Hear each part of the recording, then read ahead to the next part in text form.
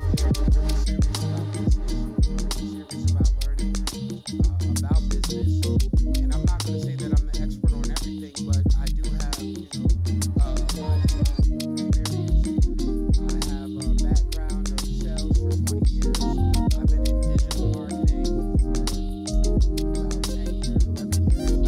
So tonight, we have Top Flow Marketing collaborating with Jeff Works. We're just like everyone else in the office. We decided to bring Jeff Works that's how we connected. So a few things I'm going to say, and I'm going to refer to my notes. So happy New Year, 2022. How's everybody feeling? Everybody feeling good? Excellent, excellent. Um, if you're in business, if you've been through this pandemic, we all know that it's tough. We have family members, friends. The dynamic of business has changed. Our jobs, don't want to work, everything. So this has sparked something in people and My inspired them to jaded start their heart own was business. held by So you.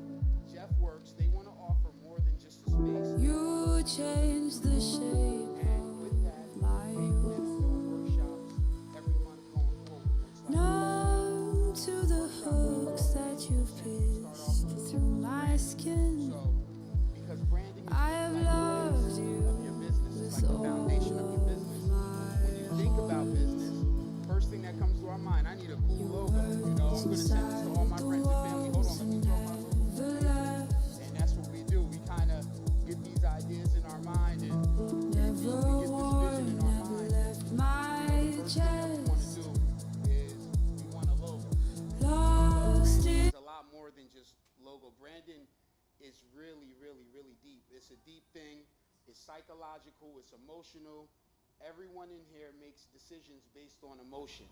When you buy that new car, you're not really thinking all about the features of the car. You're thinking about how you're going to feel after you purchase that car. And that's what you need to think about. You need to think about what kind of effect I want to have on whoever my potential customer is, whoever my potential client is. What kind of effect is my business going to have on them? So when we see that Apple logo on something, or when we see the crown for Rolex, or when we see, these are prestigious brands that position themselves in a way to promote luxury. So when you have this, it's like a status symbol. It's more than just a phone. It's a status symbol. I got the iPhone. I have the Rolex. I have this. I have that. So kicking off, I want to talk about who we are. I own a digital marketing company, and we're all over the place. We're all over the world. But mostly we're based in the United States. We have about 20 people in the U.S. between New Jersey, New York, Miami, and then the rest of our team is in Nicaragua. So we're in the capital of Nicaragua, which is Managua, and I have about three business partners over there, and I have another business partner in Miami. We have a wide variety of experience. Izzy, you could go to the next slide.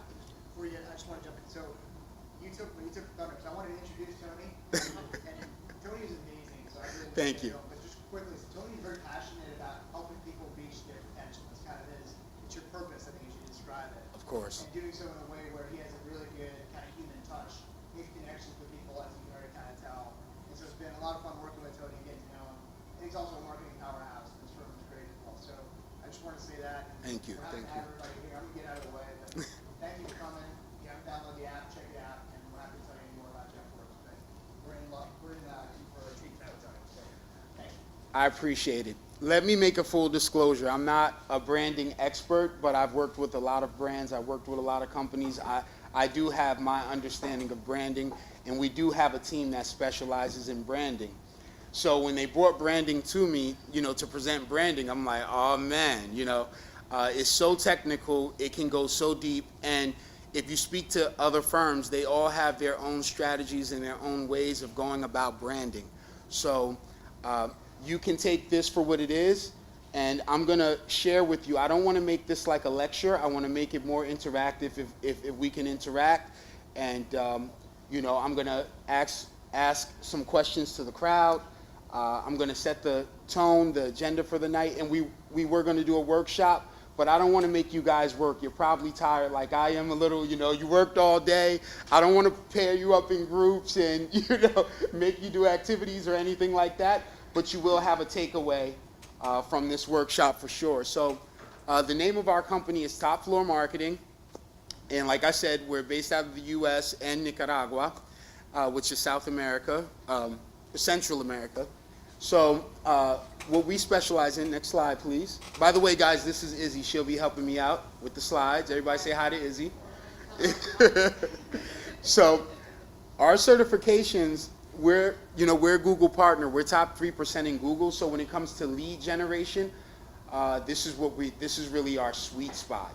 So if you're thinking of you want more customers and you want to get them through Google, you want people to find you on Google through the ads, we specialize in ad campaigns through Google, through Amazon, but we're top 3% in Google. We also build phenomenal websites. We have a strong development team. We do apps. We're a full service marketing agency, but our sweet spot is getting you more customers. So we work with a lot of landscapers. We work with a lot of construction companies. We work with a lot of companies that always want new customers. And we also help retaining other customers. You can go to the next slide, So for tonight, I'm going to break it down. This is going to be really simple, as simple as I can make it, without trying to, like I said, lecture.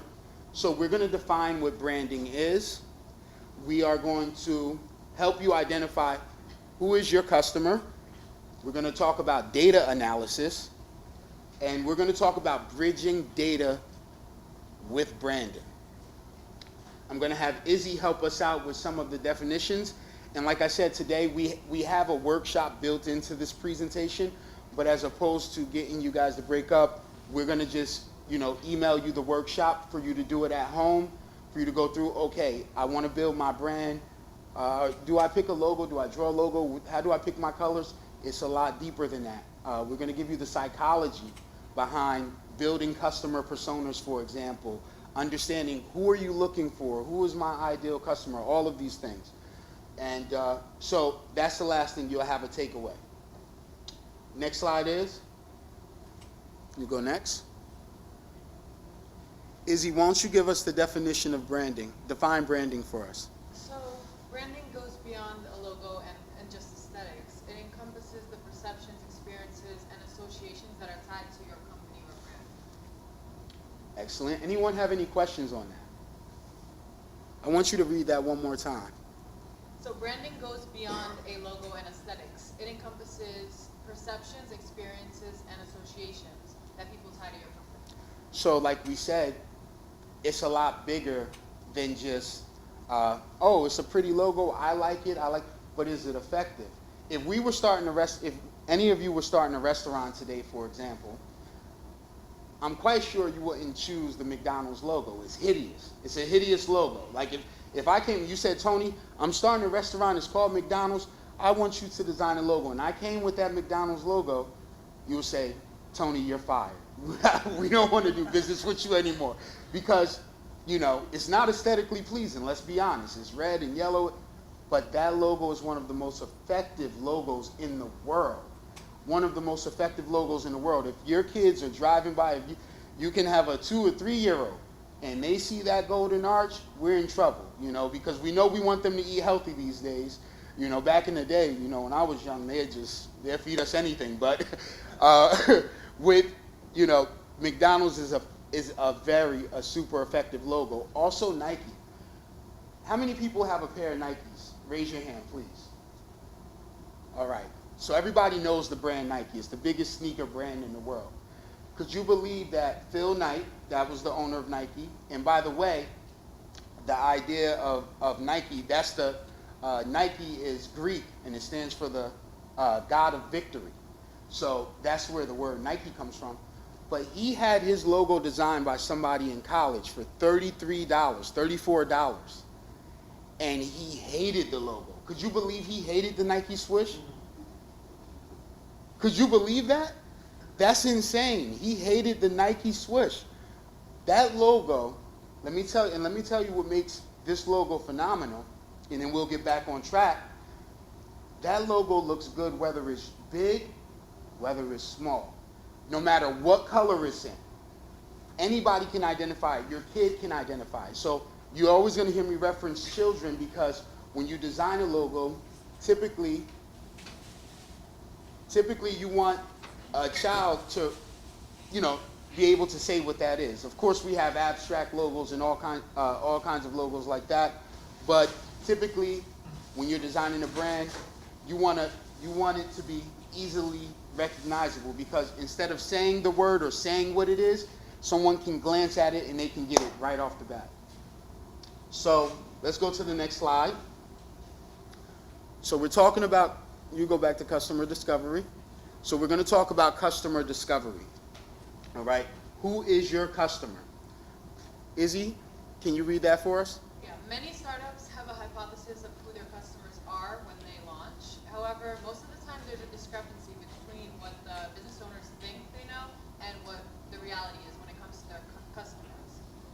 So how do we mitigate this? We do this by doing research, and it comes in many forms. We're going to be touching on surveys, interviews, market research, and competitive analysis. That's a lot. It's a lot of stuff. But don't worry, you'll get a copy of the slide. Let's go to the next slide. So, Izzy, read the objective of what surveys, stand for and what interviews stand for. Just the definition of those two for me, if you don't mind. Sure. The objective of surveys is to understand how your customers, prospects, stakeholders, and employees perceive your brand. And the objective of interviews is to identify your brand's positioning by gathering valuable information from your customers. So before you even jump into designing a logo or hiring a designer or doing any of this, you kind of want to test your idea in the marketplace. You want to identify, who am I going after? Who is my main customer? So let's say you're a landscaper or you're a marketing company. So the options are broad. I'm a marketing company. Am I going after big corporations? Am I going after small and mid-sized businesses? Who is my target audience?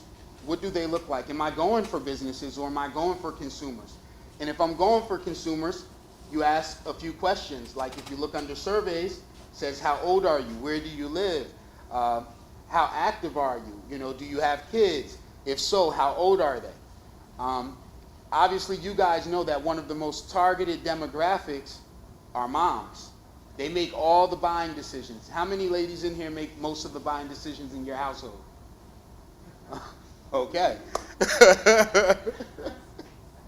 So brands are always targeting the mom. They're always targeting the women. They always target the children, most likely. But these are some of the questions you want to ask in a survey. And then, Izzy, read off some of the questions that they would want to ask when interviewing. Sure. So keep in mind, when it comes to interviews, you want to keep your questions more open-ended.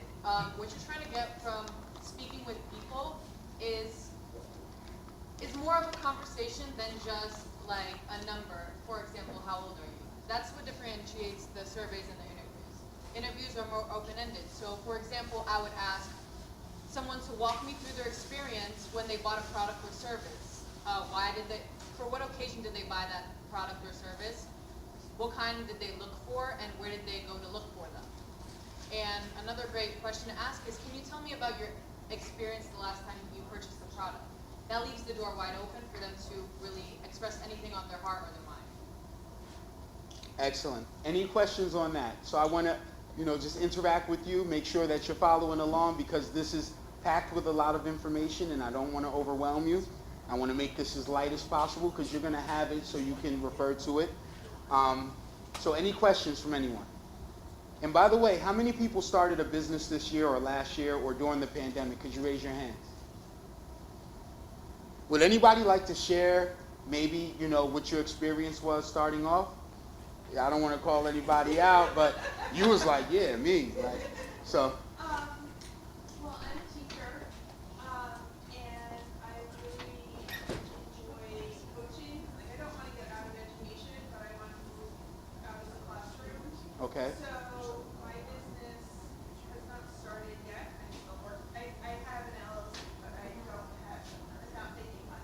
That's okay. It's all right. Is, so and I'm a science teacher, so I want to coach other science teachers who want to add to their classrooms and make it more interactive experience for their students rather than just like, this is science. So you have a really big vision to change the way that that information is delivered to people and students. You want to engage. Yes. Are you trying to leverage technology to engage? Like, is that your approach, kind of? Yes.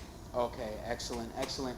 And if you don't mind, what was your experience when it came to branding? Even if you didn't start branding yet, what was going through your mind when this vision came in your mind? Did a logo pop up? What happened for you? Where did you start? What happened? What did you do? Well, I actually want something that's similar to the name of my company, which is Awkward Octopus Productions. Oh, I love that. That's very catchy. That's very catchy. Yeah. The octopus, I'm a marine scientist in background, Wow. so the octopus is my favorite animal, so it's super fun. I love it. It's a very, very catchy name. And I don't think you're going to have a problem with branding with that name. It's very, very creative, you know. Can I get someone else to also share maybe their experience of, starting a business or even thinking about it? Anyone? Justin? Yeah, I mean, so JeffWorks, obviously, this has been a journey. Okay. Before that, so my last business, I started an energy business, and it was called Upcurve. And we actually started with a logo. We were just kind of sketching on paper, like you talk about sitting around and drawing a logo. And we kind of drew this curve that kind of represented what we were trying to do in the energy business, but it also kind of it just looks like something that would be catchy. Of course. So we sort of built a brand around that.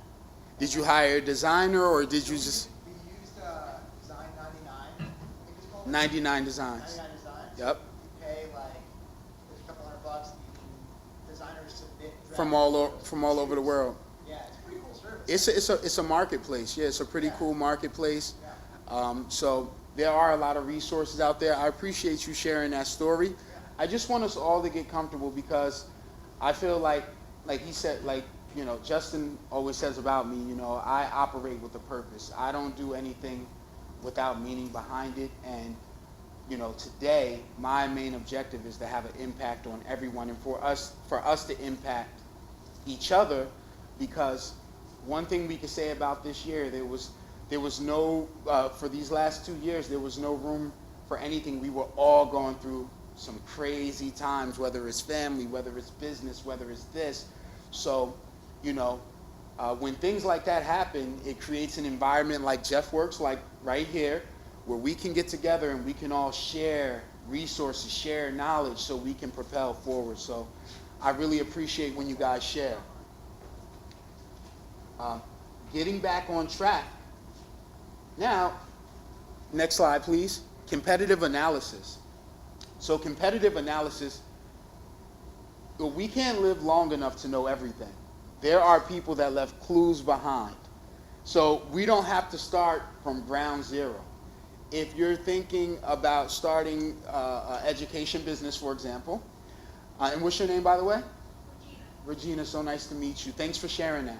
If you plan on starting an education platform like Miss Regina, there are companies in the past that have left clues for you, that have tried to push forward, or companies that have succeeded. And the first thing I do, I study companies like the back of my hand. I see their success, I see their failures, I pay attention to all of it. So you always want to do competitive analysis, and you want to think of who is your competitor if you're going into business, because then this will give you a blueprint. Everyone thinks Google is perfect. How many people use Google? Raise your hands. On a daily basis, right? We all use Google. To a naive eye, you look at Google and you're like, Google's perfect, Google's this, Google's that. Do you know how many businesses were created from the flaws of Google? Everyone knows this big flaw of Google. We might not think about it often, but local search is a big flaw of Google. So this is how Yelp came about. So They're looking at Google. We're looking at Google. We're searching everything.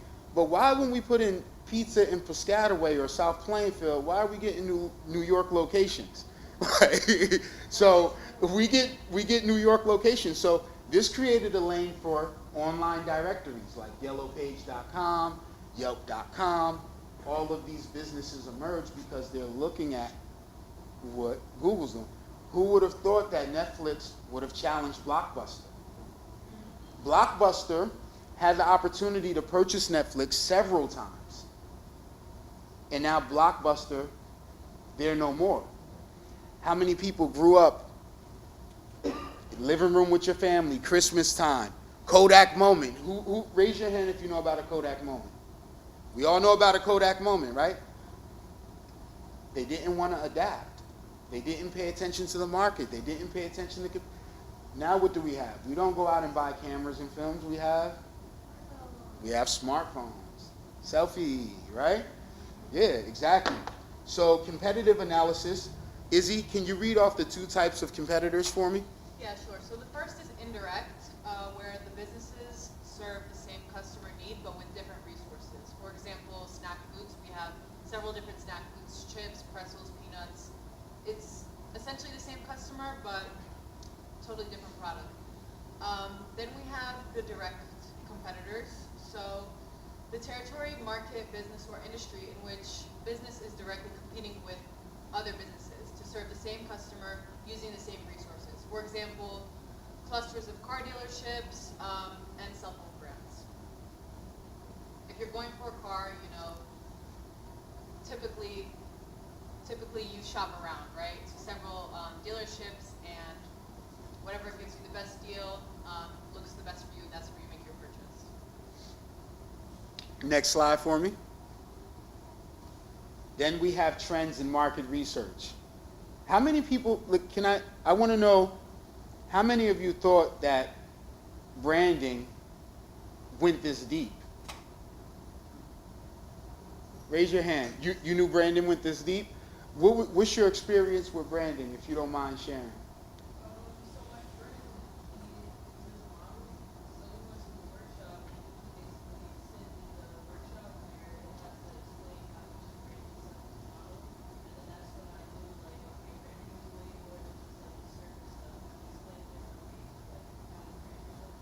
What did you think before that? Before he shared that?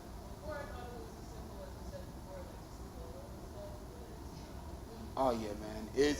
Listen, I'm learning about branding. I'm always looking at the trends, and everything changes, and we have to be flexible. We need the wisdom to know when to be flexible and when to be stubborn in our vision.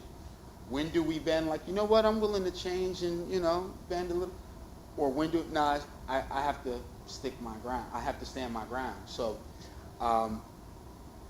yeah, I mean, trends in marketing research, this is heavy stuff, but, we have Google Trends, Keyword Planner, and Google Trends gives us insight into what a keyword search means. So, everyone knows what a keyword is? When you go onto Google, a keyword is what you type into Google. It can be a single word, it can be a phrase. So you can go to Google Trends and you can pretty much find out what the trends are. You can do social media analytics, and you can also we also market reports. I mean, you can hire different companies to get reports, but there are platforms out there and resources out there for you to pull those reports, so you have a good grip on the trends and what's going on in your industry or whatever industry you want to get into. Does that make sense? So we're going to keep going on because we're using these heavy words, data analysis. How many people are draining from hearing these words? Can you raise your hand? I'm drained. I just hear these big words and it's just like, but you know what? When it's your brand, we have an ego. It's like a vanity project for us. So we're into our stuff. So once you get into this, it will be fun because it's your brand, and we all know that we want to build your brand. Izzy, can you break down data analysis for everyone? Sure. So we went over a lot of ways to capture data, like from surveys to interviews to market reports. So once we have all this data on our potential customers, how do we apply this to branding? So have customer personas. What are they and why are they important? Customer personas are semi-fictional archetypes that represent the key traits of a large segment of your audience based on the data you've collected in these surveys, in these interviews, and all the research that you've done. They represent your ideal target customer for your company and what you're choosing to sell, whether it's a product or a service. This is where it gets fun. This is one of my favorite parts of branding, I'm not gonna lie, because we come up with marketing companies, you have to really, we come up with some crazy concepts when it comes to personas. So let's look at Work in Wanda. Izzy, talk about some of the, this Work in Wanda, this would be like you're profiling who your customer would potentially be. And you want to know their habits, you know, do they like to go out to the beach? So we're going to get to know Work in Wanda. So this would be the workshop, but like I said, I'm not going to make you split up into groups or anything. We're going to talk about Work in Wanda right now. Izzy, please. Absolutely. So let's go into her personal background. She is 42 years old, married, has 3 children, and she lives on the beach in Charleston, South Carolina. Her lifestyle, you know, for her career, she's an interior designer. Her husband works long hours, and he's a real estate lawyer. Her family falls into the middle class category, and Wanda drives the kids to and from school. Her challenges and pain points, so she wants reasonably priced, quick, healthy food options for her kids. And she's also making sure she and her husband spend enough time with their kids. Her news outlet or her channels that she's on include social media, which Wanda heavily promotes her business there, and she reads the newspaper and various magazines. Thank you, Izzy. Anybody got questions about Work in Wanda? Has any? I'm working on it. Oh. I just have 4 kids. Not 3 more. That was good. That was priceless. So we have a template in this presentation where you get to build these personas. Has anyone ever built a persona for their company, for branding? It is absolutely, it's really fun, it's interesting, especially when you delegate, you know, to other people in the team and they come up with these crazy names and crazy personalities, and I'm like, all right, but this is probably the target, you know, the customer we're going after. So you want to build a profile for who your customer is, because then you can figure out what channels you can use to market or to lead that person through your funnel, and where to find them at. You know, if it's someone, for example, Work in Wanda, 42 years old, I want to know, where could we find Work in Wanda? Where, do you think it makes sense to market to her through social media? Do you think it's better to mail her flyers? Can I get someone to volunteer Work in Wanda?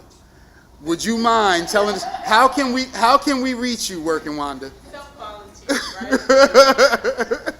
Definitely social media, especially now. Why is that?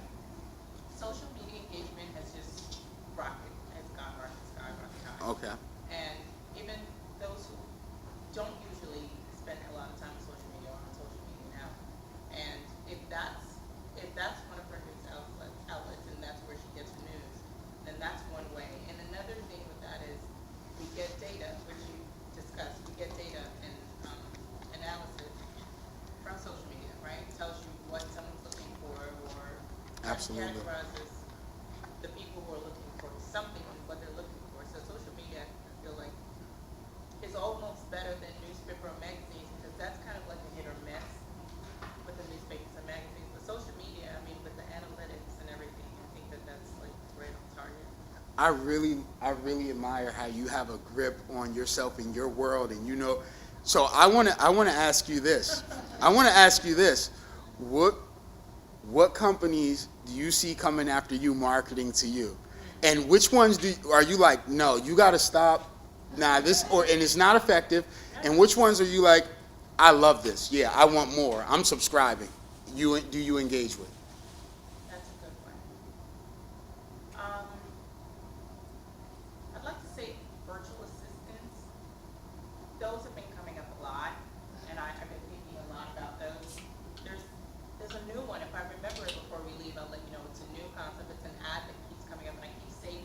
On Instagram, when you save, they collect your saves and they feed you, you know, more information or more news based on your saves. So, virtual assistants. I love VAs. VAs are awesome. Because it knows you probably have, it's trying to help you maximize your time, right? Because you got kids and like, you don't have time. How do you think they found you? Like, what were you? What clues were you leaving behind for them to start hitting you like that? I probably was maybe saving or watching a lot of videos of how to maximize your time, or maybe how to do something quickly, maybe quick steps. You know, they kind of collect data. Yeah, On you absolutely. like that. So I'm thinking maybe that's what I do. Watch productive things.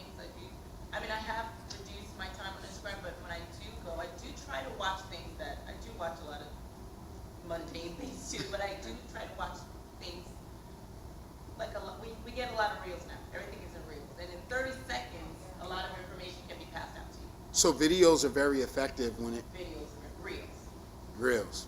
Gotcha. on Instagram, but videos are very effective. And if you can get the information out within like seconds, but that's what, to answer your question, the virtual assistants have been coming up at me, and I am looking into it. And lastly, and I thank you for sharing all this information.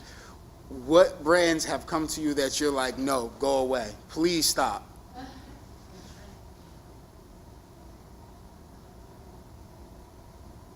Maybe.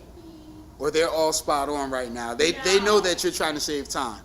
No. Maybe clothing.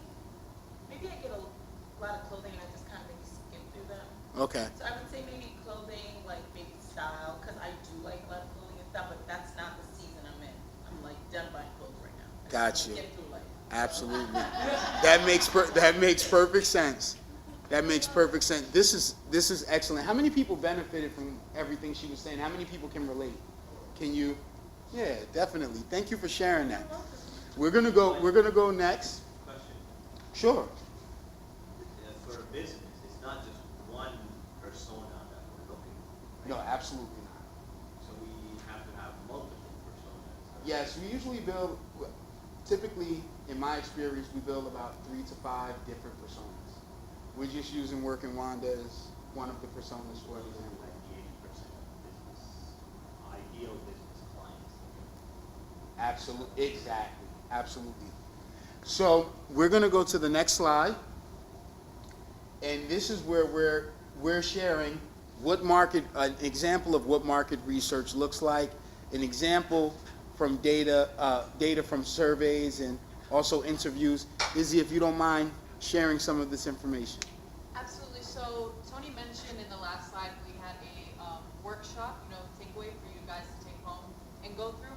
These are, some data points that we fabricated, so they're not, actual data, but this is like an example of some kind of market research and data collected from surveys and interviews that you can pull from and then take and create a customer persona.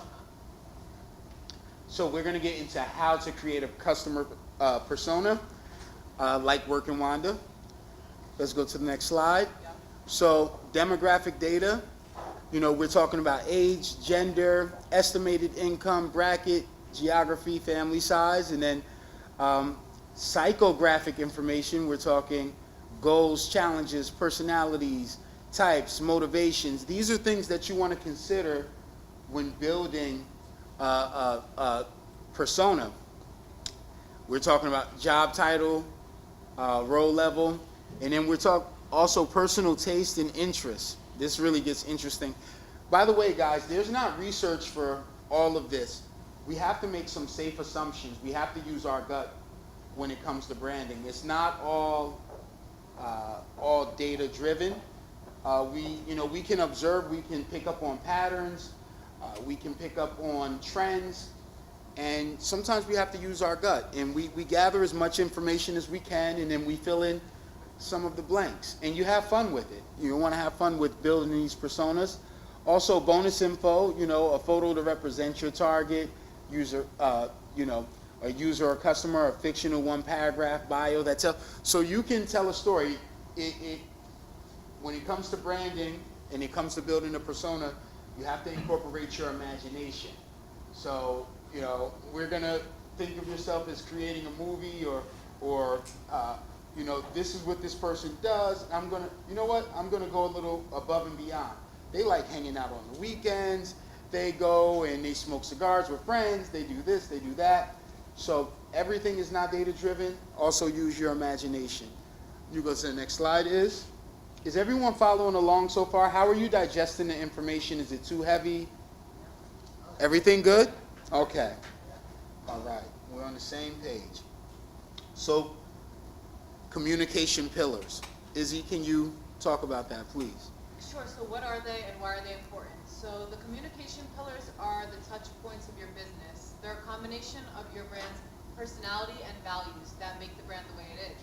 So they allow your messaging to stay consistent, focused, and on brand.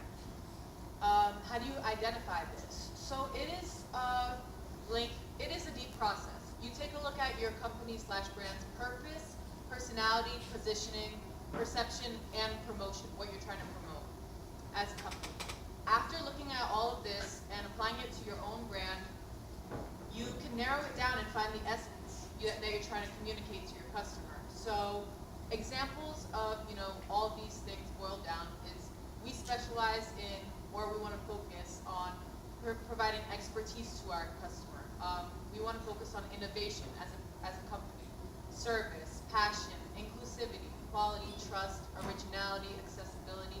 There are hundreds more, And typically, a company/brand will stick to 4. 4 is like a safe middle ground. So I want to go to the next slide. We're going to talk about an empathy map. So this is an example of an empathy map, and I'm sorry I can't see all the way over here, but I have the same thing here. So what does the person think and feel? So you want to draw this map. Again, you're going to have this included when we send the slide, when we share it. What does the person hear? What does the person say and do? What does the person see? So that's an empathy map. And then on the other side, we have an example of a customer journey. So obviously, we have to see things multiple times before we take action. And that's why you look at a billion-dollar company like Coke or Pepsi. Everybody knows Coke and Pepsi. Let's be honest, they never have to advertise, a day in their business life. They don't have to. We all know what they are. However, you look at Coke and Pepsi, they leave no rock unturned. You see them on TV, you see them getting Beyonce, you see this. But you also, when you're going into the pizzeria, you see them, right, a sticker right at the bottom of the door. Yeah. So it's interesting to me when we deal with, new businesses or other companies, they kind of, look down on, talk down on advertising. Like, we don't need advertising, referral. If Pepsi and Coke are still advertising and putting stickers on doors, then we all need advertising. Can we agree to that? Yes, agreed. So, like I said, there's a journey that a customer goes through. Every journey is unique to every business.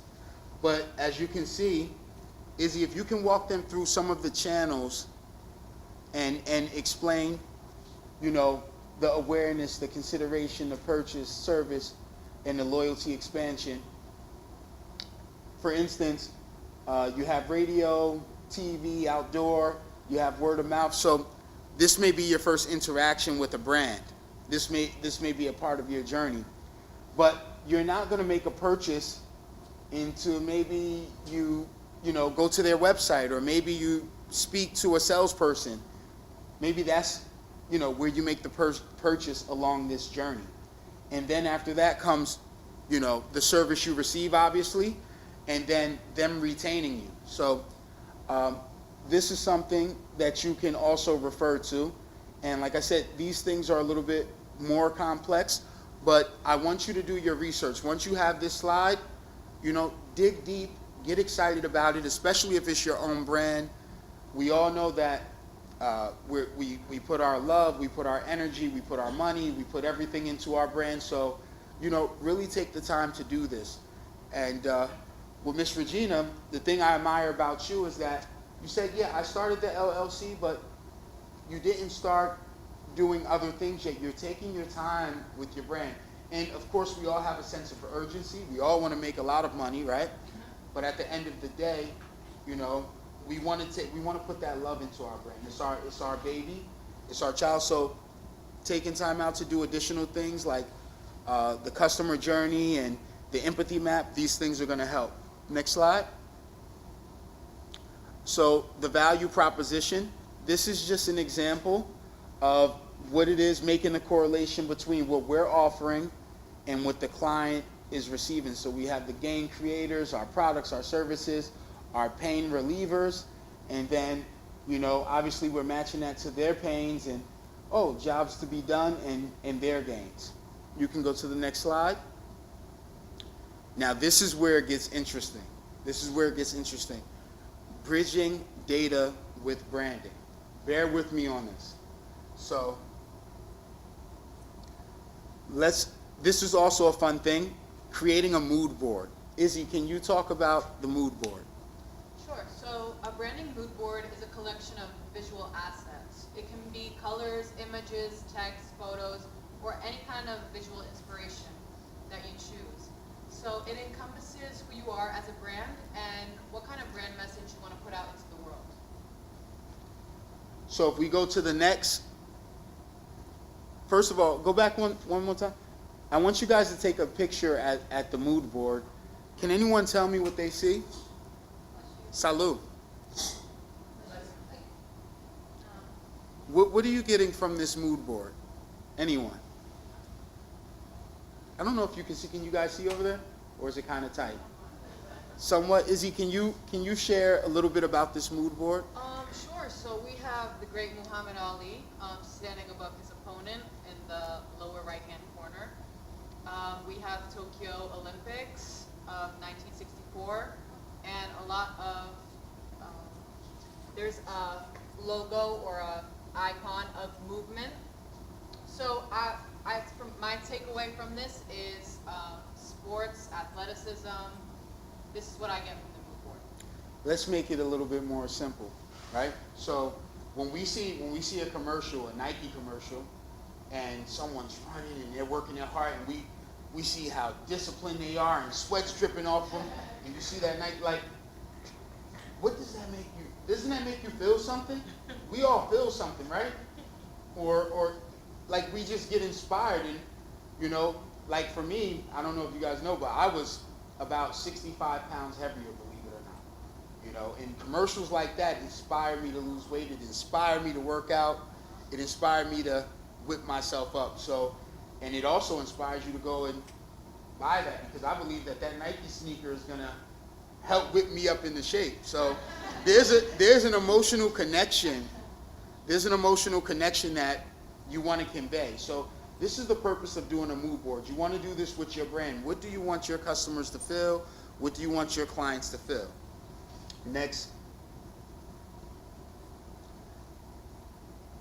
Now we get to the logos. Now we get to the color palette, the fonts, and the aesthetics. And this is really fun. So after all that hard work, you know, building customer personas, doing market research, data analysis, all this stuff, now we get to design our logo. How's everybody feeling at this point? You happy we get to draw our logo? I want my box of crayons. So that's how, I mean, we really want to, that's the part we're really going to enjoy. So your company's brand identity includes visible elements that distinguish your brand from others, such as your brand logo design, your brand fonts, and your brand colors. And your brand colors have the power to portray emotions. Yellow makes you hungry. That's why you see it in a lot of restaurants. Black represents sophistication. And then when you combine different colors together, they have different meanings. So you also, you know, they have this online. You can Google it, and it'll show you like a spectrum of what. Could you believe if your yellow is too bright, it can be depressing? Like if the walls in here were too yellow, it can actually make you feel depressed. Do you know, like, and then then it's different in real life than what it is on the internet. So the strongest marketing color on the internet historically has been red. Red makes people take action. But when you see the color orange, it stimulates mental activity. So orange gets your imagination going. So these are some things that you want to consider when you're, designing your logo and having fun with the Crayola pack. So let's go next. So tone of voice, tagline, copywriting. Izzy, hit those 3 points for me, please. Absolutely. So a brand's tone of voice defines the way in which the company communicates, both internally and externally. So when you establish a tone of voice, you're establishing the formality of your text, spelling conventions, and the writing style. And number 2? Taglines. So taglines embody the personality of a brand, so your brand can pique interest of customers. Your tagline should be unique. It should be memorable and easy to say, and therefore making your brand stand out. Taglines are meant to address the pain point of your client. For example, just do it, as Nike says. Lastly, we have copywriting, and copywriting is the key to creating a customer's experience, as modern audiences can often see straight through empty promotional messaging. Whether your brand makes emotional appeals or intellectual appeals that capture audiences, that will all depend on its copywriting. So here the next thing, we have the template that we actually created. We made it very, very simple. We don't want to overwhelm. We want you to have fun with creating your brand. And I always tell people, and this is a little off topic because I'm a little philosophical and stuff like that, So, but I always tell people, don't become a prisoner of what you love. You started out loving something, and now it's like, I hate this. And now I'm stuck in it.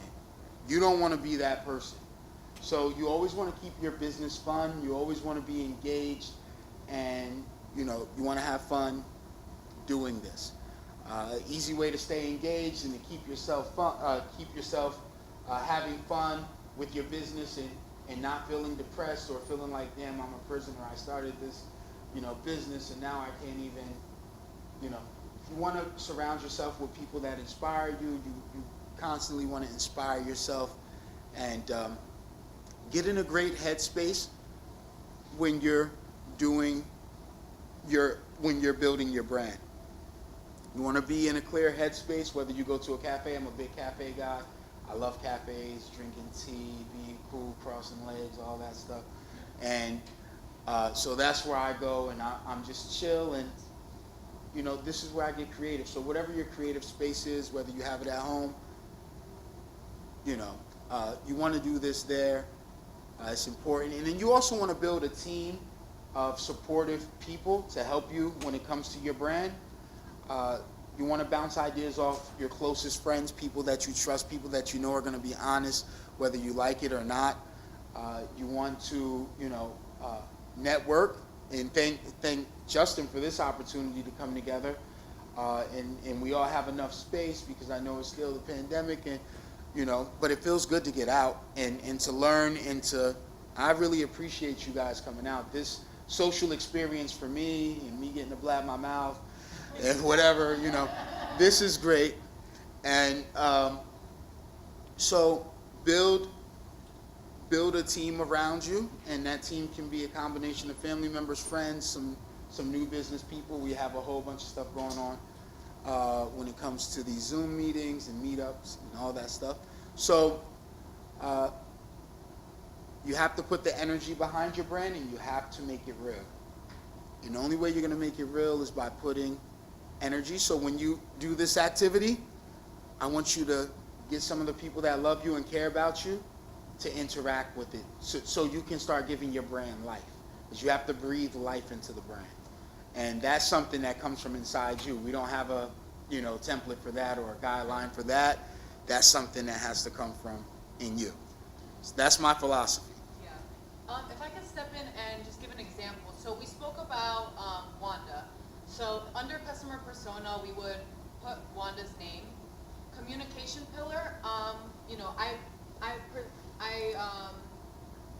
I have some listed as inclusivity, sustainability, quality, convenience. So we choose for Wanda, who's a mom, we choose the communication pillar of convenience.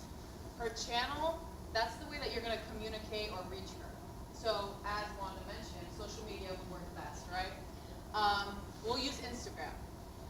Then you look at your concept or your campaign that you're trying to promote. So we're trying to promote, for example, a healthy option for a snack craving. Just an example, everyone has their own promotions. Then we look at the message, which is the final thing that Wanda will see. So what kind of message can we come up with to engage her? Wanda's across from you, so you can ask her.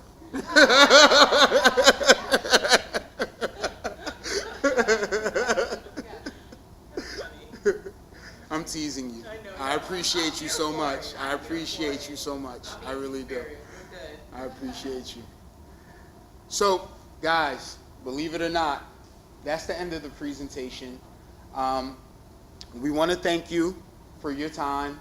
We want to thank you for coming out during the pandemic, during, the weather. We have some people that feel a little sensitive about the weather. It's a little rain. They're like, I'm not coming out. And but you guys made it here, and we appreciate it so, so much. We really enjoyed your time. And I want to know if you have any questions for me. Any questions you want to ask? I put a lot of people on the spot. Put me on the spot. Ask me what you like. Sure. So, as a tattoo artist, if I wanted to start my own business, the part of the branding, like I don't have a specific audience that I want to reach out to. Like that, I want everyone to know, like, I don't just tattoos, all different types of people. So it's like I'm not sure how I can target all of those people. You know, That's easy. Just hire us. Izzy, go to the next slide. There's our emails right there. No, I'm just playing. So here, that's a great question. So let everyone ask this question. I want everyone to come. But as we know, there are levels to everything, right? And I know your art means a lot to you. I'm quite sure there are tattoo artists that are charging $300, and I could go to someone else for the same tattoo, and you're charging me $10,000. Why is that? So see, these are questions. These are thought-provoking questions that you have to ask. And this is called positioning. So we didn't really discuss this. This has to do more with your company. Walmart, we look at Walmart, they position themselves a certain way. They want to be affordable. Everyone saves money. We sell everything. We do everything. That's how they position themselves. But then you look at another company, let's say you look at Lord & Taylor. Aha. You look at Lord & Taylor, right? In one of my favorite places, by the way. Lord & Taylor, they position themselves to sell luxury brands. So their messaging is going to be different. And even though they want everybody, believe me, they do. We all want everybody. But they are targeting people that, and they're attracting people that are actively looking to buy luxury. So you want people that, are, maybe you say, I'm a celebrity tattoo artist, right? So now you're targeting celebrities, high profile people. You're not just targeting, anyone can come into you, but maybe everyone can't afford you, right? But you're targeting celebrities, for example. So that's the best way for me to answer your question. I would build the personas.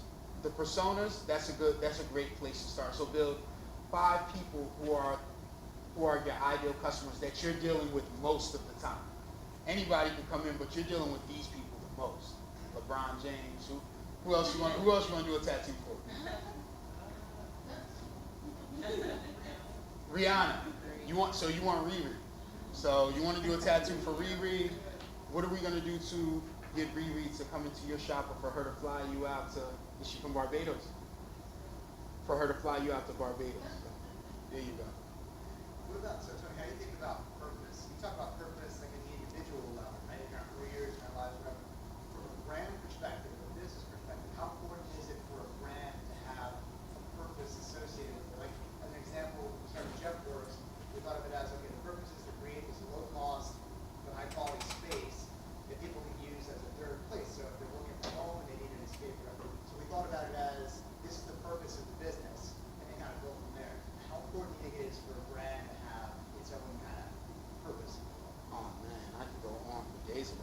like, this is where my heart's at. And when I speak, I'm telling you, we have a process in our company, and it's called a vision assessment. And when I sit down with potential clients, the first meeting, I don't talk about money. I'm not proposing anything to them.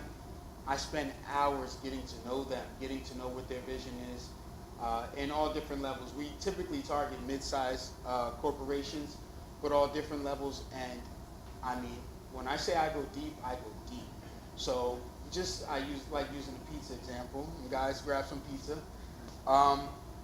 If you have a pizzeria you started, for example, I want to know, where did you get, oh, my grandfather, he's the one, he had a special recipe, he used to make it for me when I was, and that was a moment, me and my grandfather sitting around, and I go deeper and deeper and deeper and deeper until they start to cry about that. All those things need to be incorporated into your brand. They all need to be incorporated into your brand. One way or another. You can do it in a subliminal way. You can do it in a direct way. But when you talk about purpose and brands, you're talking about really the stories, the story that the brand is telling, not just to customers, but also internally to the employees and to the staff. When it comes to building this grand vision. Maybe you like working for a company because, they donate X amount of dollars back to this or to that. Maybe you like working with a company because they're sustainable or for whatever they stand for. Or like Omega, the watches, they represent the Olympics. They do all the James Bond movies, So it really boils down to your story and the culture that you're trying to create. And the way I feel about purpose is that it needs to be a part of your brand for sure. It needs to be incorporated into the brand. Absolutely, 1,000%. Yeah. Any other questions? By the way, I made a disclosure. Oh, there you go.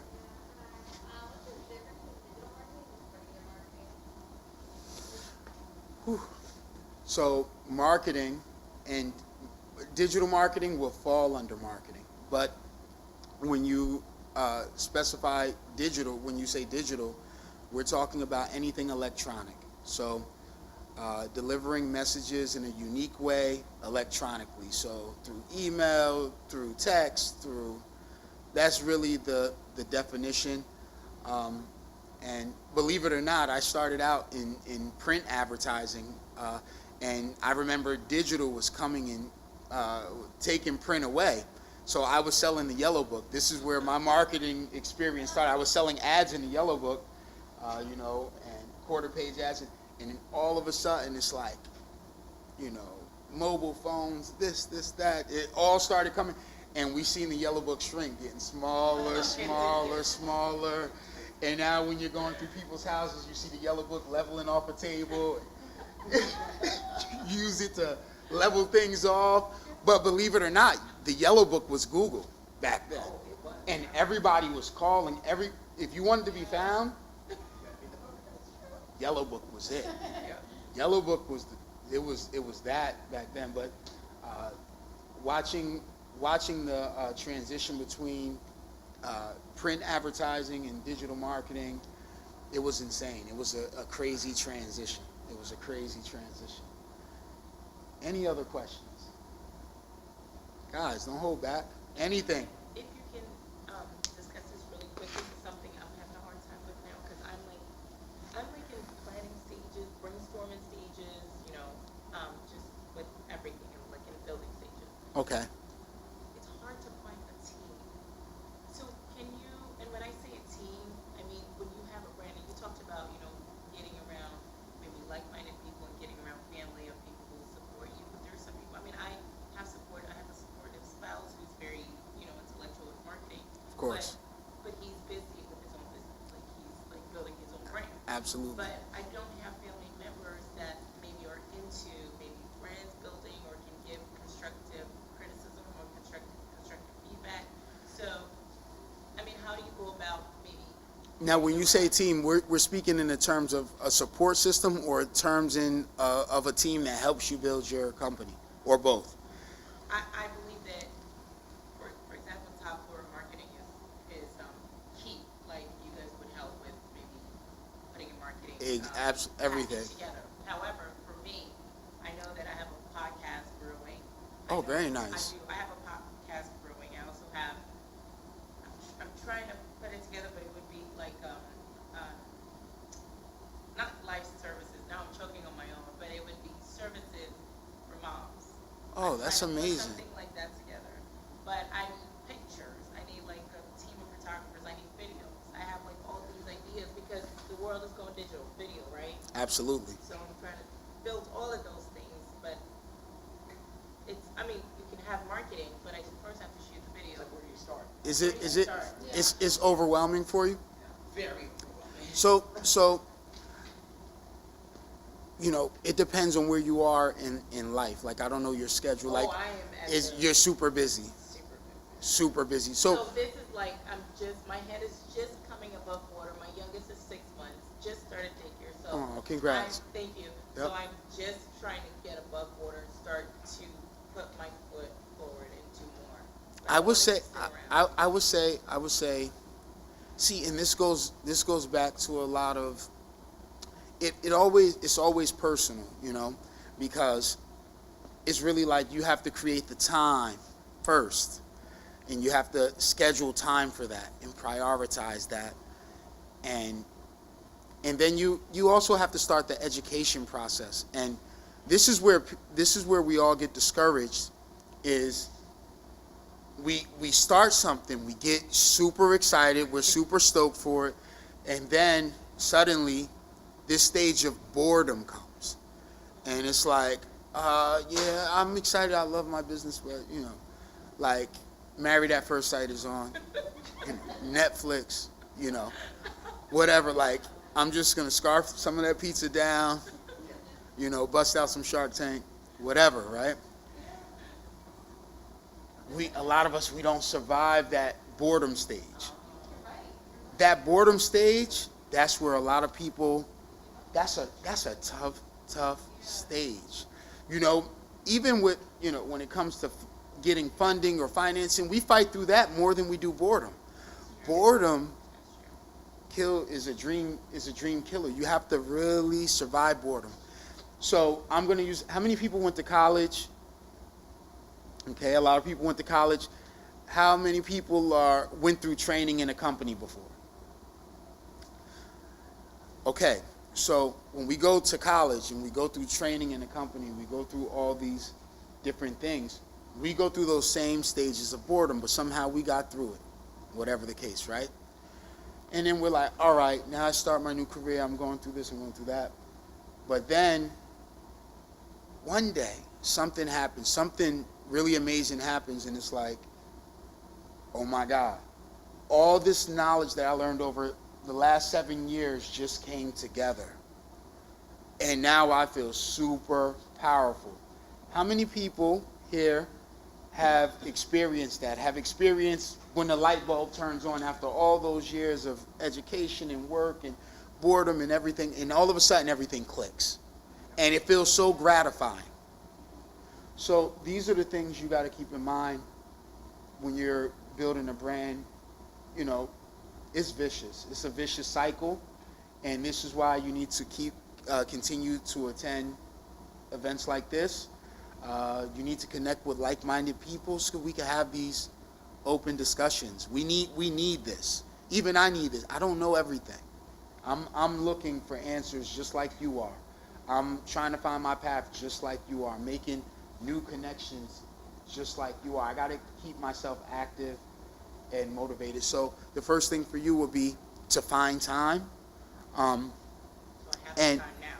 I just found the time now. So you're saying, so in essence, there's that boredom season, and it will pass if you can last through it. if you could last through it, you got to fight through it. And we have to inspire ourselves. So this is why y'all came out tonight. That's why I'm here. This is why you came out tonight, right?